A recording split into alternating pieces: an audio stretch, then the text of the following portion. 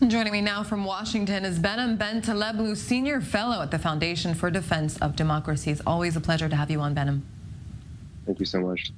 Tell me, what are you hearing from the Islamic Republic following these retaliatory strikes on Iranian-backed groups?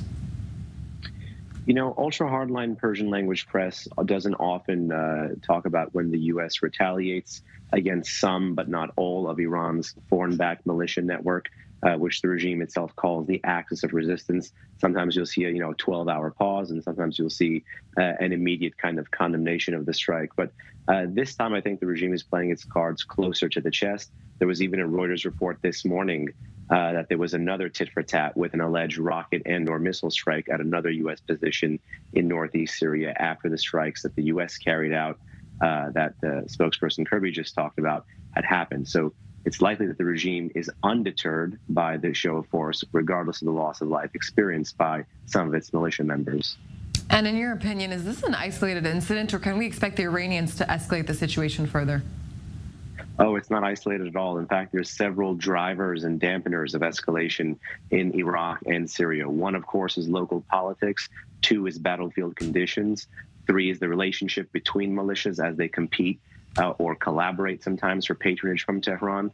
And four, and perhaps most importantly, is Iran's desire to use these strikes, not just to achieve regional goals, but to send a signal to Washington and potentially even to Jerusalem about its longer regional ambitions, and that will not be deterred by some of the setbacks that you see in some of the facilities that were recently struck by the U.S. So I would expect more, not less, from this, because there's an ultra-hardline cabal now in Tehran that believes when they're weak at home, they need to show strength abroad.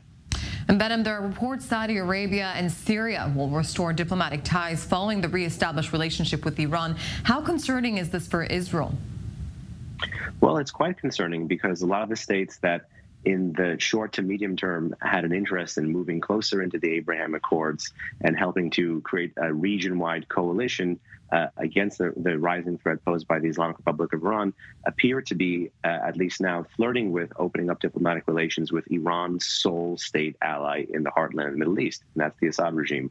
We know the Israelis have struck multiple targets across Syria for several years now, as part of what they call the campaign between the wars, or the war between the wars. But make no mistake, if this full diplomatic normalization goes through, it would be yet another diplomatic win for Tehran. And that should be a wake-up call to capitals around the world that Iran does not just have a military strategy in the region. It also has a diplomatic offensive in the region that is trying to force accommodation of its regional vision. And having Assad be rehabilitated first by the League of Arab States and now by stronger powers in the Arab world would be yet another win for Iran. Behnam, Israel is widely believed to be behind strikes on Iranian-backed proxies in Syria. The international community and Israel's allies, mainly the United States, have remained silent for the most part on these strikes that serve in their interests to deter Iranian entrenchment in Syria. But we saw the State Department strike a different tone this week following the more recent strike that happened earlier this week. Are we seeing a change in policy from Washington?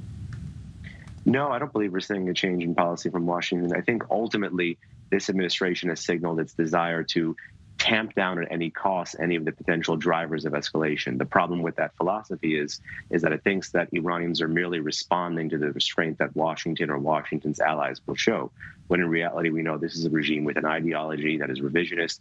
It has agency. It's put blood and treasure behind trying to actualize that vision. And what you've seen the Israelis do in places like Syria is to erode the regional gains that vision has tried to achieve. So whether it's going after bases or training facilities or storage depots or individual Hezbollah or Syrian or Iranian/IRGC commanders, it's tried to stop or halt Iran's foreign policy. So what we're watching right now between Israel and Iran should be seen as more of a video than a snapshot or a Polaroid for Washington or others to merely comment on. Behnam Taleblu, Senior Fellow at the Foundation for Defense of Democracy. Thank you very much for your insight this evening. Thank you. A pleasure.